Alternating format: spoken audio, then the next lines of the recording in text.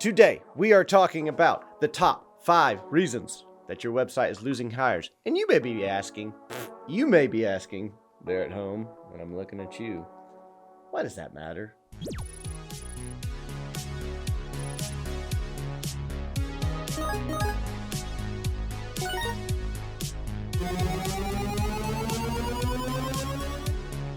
Hello and welcome to tonight's show.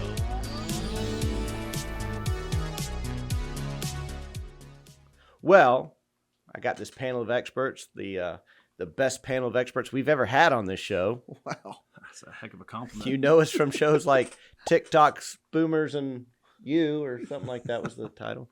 And what else did we talk about? The one thing all fleets fail to do. That's right. Or 90%, something like that. That's right. All right, so back to the topic at hand. Top 5 reasons your website is losing hires. Why do we care about this? What do we care about losing hires on our website? Go, Zach. Yeah, so main reason we care is because drivers or techs or whoever your candidate is, when they make it to your website, usually it's an organic lead. It's organic traffic. What organic means is you paid just about $0. At best, $0. At worst, a very small amount of money to get them there. So because of that, they are your least expensive candidate. What a shame it is to have that same driver, to use a marketing term, for them to bounce off the page. Right. They made it to your site. They looked for you. It's high intent. They're looking for a job. They're on your site. They're not on any job board where there's a ton of different options. They're on your site. You are the one. Yep. And we need to do everything we possibly can to make it to where that person, when we got them there, they don't click X. Right. But for the sake of this conversation, to provide context, There we go. we're not talking about how to get more organic traffic. That Okay. is a good conversation, and Sure. we've had it at one point. Yep. And we're not talking about once the lead is in the system, like how are you following up? You know, who do you assign to which lead? We had a little argument about that earlier. We kept it off film for you guys. Why would I want to be wasting every other hire for this clown? I'd be Because of the getting math. extra hire. Because of the math.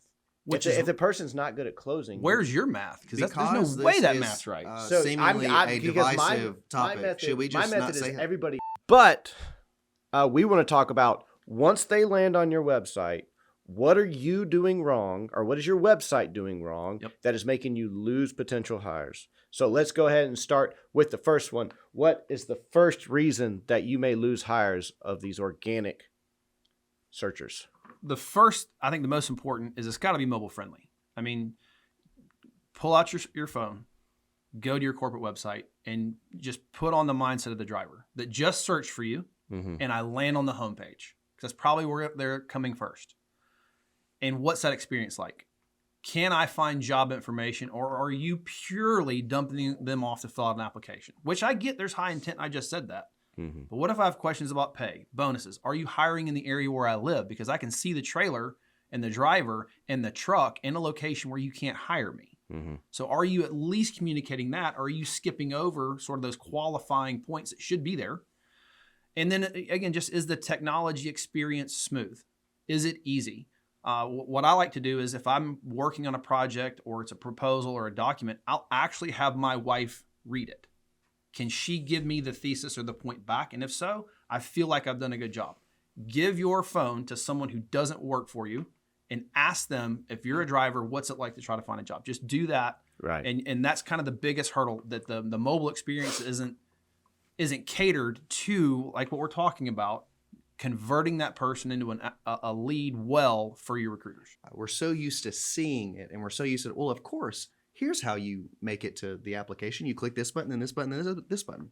And then you We get hired. know it, Right. but give it to somebody who has no idea and say, find it, go through the process, tell me how easy it is, how many clicks does it take to get there? Can you even find the phone number?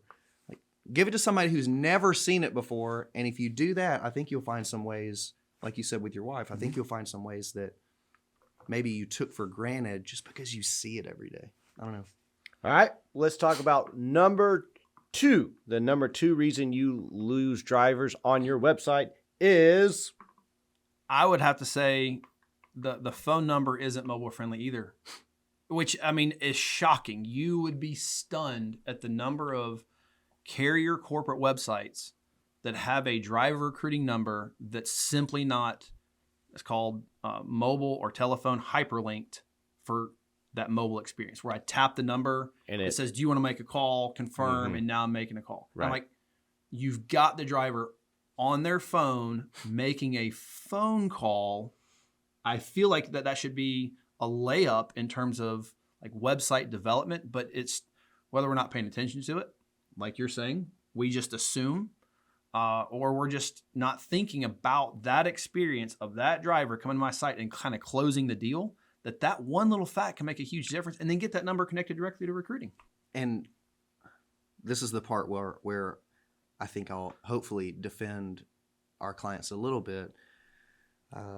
It's kind of like in our organization. If sales wanted to come to and wanted to change the website for whatever reason, it's like, hey, we would love it if our clients can make it to this part of our website. But we don't really even control that part of the site. So I want to have some empathy for the recruiting team and the HR team. A lot of times they don't even control that process. That is very true. But I think having those conversations with whoever does own it, whether it's marketing or IT, maybe even a collection of both, where it's, hey, let's think of this like corporate image. That's absolutely important. But think of it through when someone makes it there, what's their experience? Not just, can I click the phone number?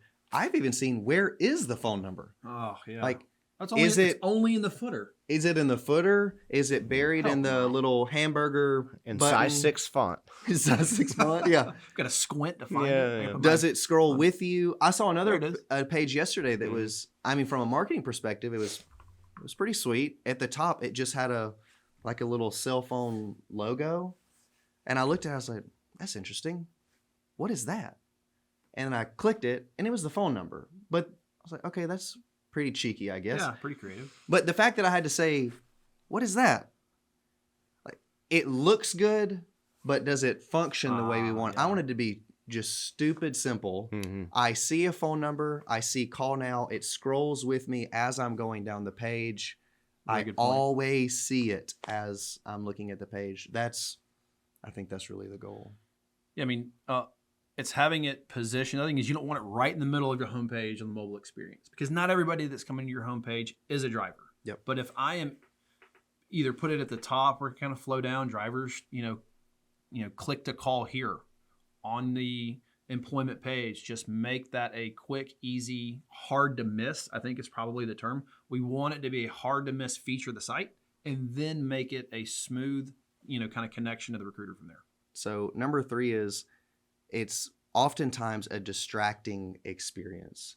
So what I mean by that is, I like to think of it through this context. Think about, again, put yourself into the shoes of your applicant. Like, get into their shoes. I'm a driver, I'm a technician, whatever. When I go look for a job, what is that experience? So think about, typically it's on a job board or somewhere online. But it is very easy. And when I say easy, it's I click this button and now I see the job. It's here's my benefits, all bulleted. Here's my requirements, bulleted. Here's a small little paragraph about the company. Here's a short form and a phone number. But them drivers need to know you've been around since 1942. There is value there. Absolutely. But I think if you were to put both experiences right next to each other. So and this is just based off of our experience. I don't think we're making the claim that 100% of every corporate site we've ever seen is blowing it. Yeah. No, it's not the case. Just by and large, if you look at your corporate site applicant experience and then put that up next to a job board, how different are they? That's a very good point. And they shouldn't be that different, not because you want to look like a job board, but it's the applicant, how they apply for a job. They're so ingrained and used to seeing it a certain way and how easy that is. If you can replicate that on your corporate site, your site becomes like a machine of generating leads, just like all your marketing is doing. And if I'm in marketing, I'm going to say, a bit of like Well, our corporate site isn't only there for hiring people. That's right. So how do you balance the idea of my corporate site needs to speak and be a branding element to all these different elements, but it also has to be there for organic employment? That's right. So how do you balance that? I think you kind of need to segment, if you will, that applicant journey, and you can go into Google Analytics and kind of follow the pathing of when someone gets to my homepage, kind of what's that journey? What's the abandonment rate? What's the completion rate? And is that a positive or negative experience compared to the rest of your website traffic? You know, if there's other goals on there, in terms of abandonment rate or how much time they spent on there or things they clicked on, all the different positive metrics. And just if you kind of think of if it's 10% of your traffic is job and employment related, or if it's 50%, whatever it is, what does that look like compared to everything else? Because I'm with you. You can't abandon the history of your company. I feel like you'd be abandoning your brand. You'd be abandoning culture of the company potentially. Right. And that's critical. You just can't make it so noisy that a driver who just Googled you misses that part of your website altogether. And I was actually showing a client 2 weeks ago on my phone. I held it up on the Zoom meeting and I was like, look at what a driver sees. Because on my laptop, it was a beautiful experience. Right. But the way everything kind of degraded into that mobile experience, it was like 5 or 6 content block sections down. And then it was actually buried within that for me to jump over and find it. And their phone number wasn't linked. The graphic on the page, it wasn't inviting at all to help kind of, for lack of a better term, steer the driver to keep that journey going. And so I think we don't want to get rid of all those important parts of a corporate site. We just can't make it so noisy that the drivers miss the thing that's really critical. So I guess the idea is it should be crystal clear if you're there for employment what to do next. I'll give another example too, because I know a lot of our clients, I think their applicant process usually runs through 10th Street, or at least a large portion of our clients do. But some clients either don't have 10th Street, or they may use their HR platform as well. So it's thinking through, when I make it to the homepage, the goal is, are the jobs one click away? And once they get there, is how they contact you or reach out to you less than 3 clicks. Number 4, what is the 4th reason that your website is costing you hires? I mean, quite simply, you're not getting any organic traffic. It's the person who entered your names, sought you out, and clicked the first result in Google. And there's a million ways that you can make that happen, whether it's with advertising or optimizing your site, simply getting links in the right places, making sure that you've got the URL and the trailer of your trucks. We've got a bunch of studies and data that we're gathering right now on the impact of kind of the URL on the trailer doors. But just if you're not getting any organic traffic, it's kind of hard for your website to convert. Right. And so you've got to have more than 4 or 5 people a month, and I'm not saying you need to have thousands necessarily. You may not necessarily want that to be able to convert that and utilize that. I think a lot of people, and I fall in this camp too. When I think organic traffic, my first thought is SEO. And I think our typical client thinks SEO. I'm never going to get there. I don't have time for it. Yeah, that is just a deep hole of mess. A pit of despair. SEO is an intricate thing that a lot of times I think our clients don't. Our average client, meaning I'm in HR recruiting, right? We don't necessarily go down that road. That's mostly marketing. Right. I mean, some of our clients are in marketing too. But all this to say, getting people to your website isn't just SEO. That's right. That's a part of it. Yep. But you're nailing something here is don't limit organic traffic to SEO. SEO is one piece. Right. The other pieces are exactly what you said. Is your URL on your trailer? Are you running video campaigns to increase your branding? Are you investing in the marketing side that is going to eventually trickle back to you later? Are your drivers talking on your behalf? when they're at a truck stop, because that's a part of it too. Because to your point, the driver's going to get in their cab after they've talked to one of your guys, and what are they going to do? Mm-hmm. Google on Give their it a phone. Goog. And I'll give you guys at home 2 free ways to get more organic traffic. 0 cost. 2 organic ways, free. I'm joking. Is Go ahead. organic free? Anyway, the first one is make sure the website and URL is in the footer of every single recruiter's email account. That when they send an email, your website is there because they're interacting with drivers all day long, all week long, all month long, and some drivers are going to click that. That's free, organic, high intent traffic. Good call. The other one is your organic social media, the stuff you're posting. We've got driver appreciation coming up, right? All the different posts that you're using throughout the day or week or month. When you're putting something on Facebook, just put a link. Hey, for more information about our company, click here and put the link there. That doesn't cost you anything. It takes a little bit of manual work, right, to create the post. But it pays off. But it pays off because some follower's gonna see it. It can get shared, and there's no, dollar amount. I don't have to spend $1,000 to get that traffic. I've got to spend some time. But again, there's not. It's a relatively free, low cost way to get that organic traffic to my website, which is what we're talking about right now. Sure. All right. Well, let's move on to item number 5. What is the 5th reason your website is costing you hires? So I think the 5th reason that your website could be costing you hires is some of the benefits that you're listing on the website. So you've done a good job. Let's just take this path. The driver clicks to the homepage, or they get dropped off into the driver jobs section of your website, and they qualify. I live in the right location. Mm-hmm. These benefits and pay, they're going to be great. Mm-hmm.